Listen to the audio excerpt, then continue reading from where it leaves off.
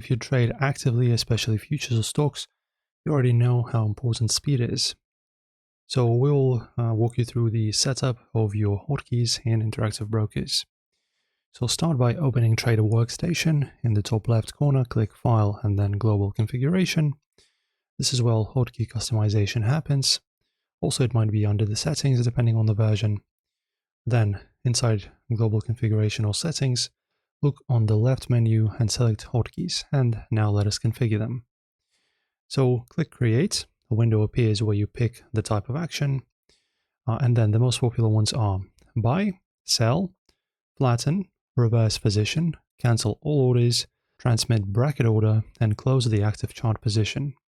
Just choose either of these depending on what you need. Click the box labeled Shortcut and press the keys you want, for example, Shift B, Shift S, Shift F for different functions. And try to avoid single letter shortcuts to prevent accidental trades. Then, depending on the action, you may also see settings like order type, use default order size, TIF, and use smart routing. Then, some hotkeys only work in specific windows unless you enable global usage. To do that, go to Global Configuration, Hotkeys, Keyboard Shortcuts, and enable hotkeys work outside of the focus window, and allow order entry hotkeys without confirmation.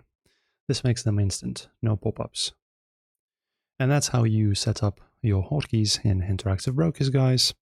Once you map your buy, sell, and exit commands, your trading becomes faster, cleaner, and way more efficient. Guys, enjoy the video. If this helped you out, don't forget to like and subscribe, and see you soon.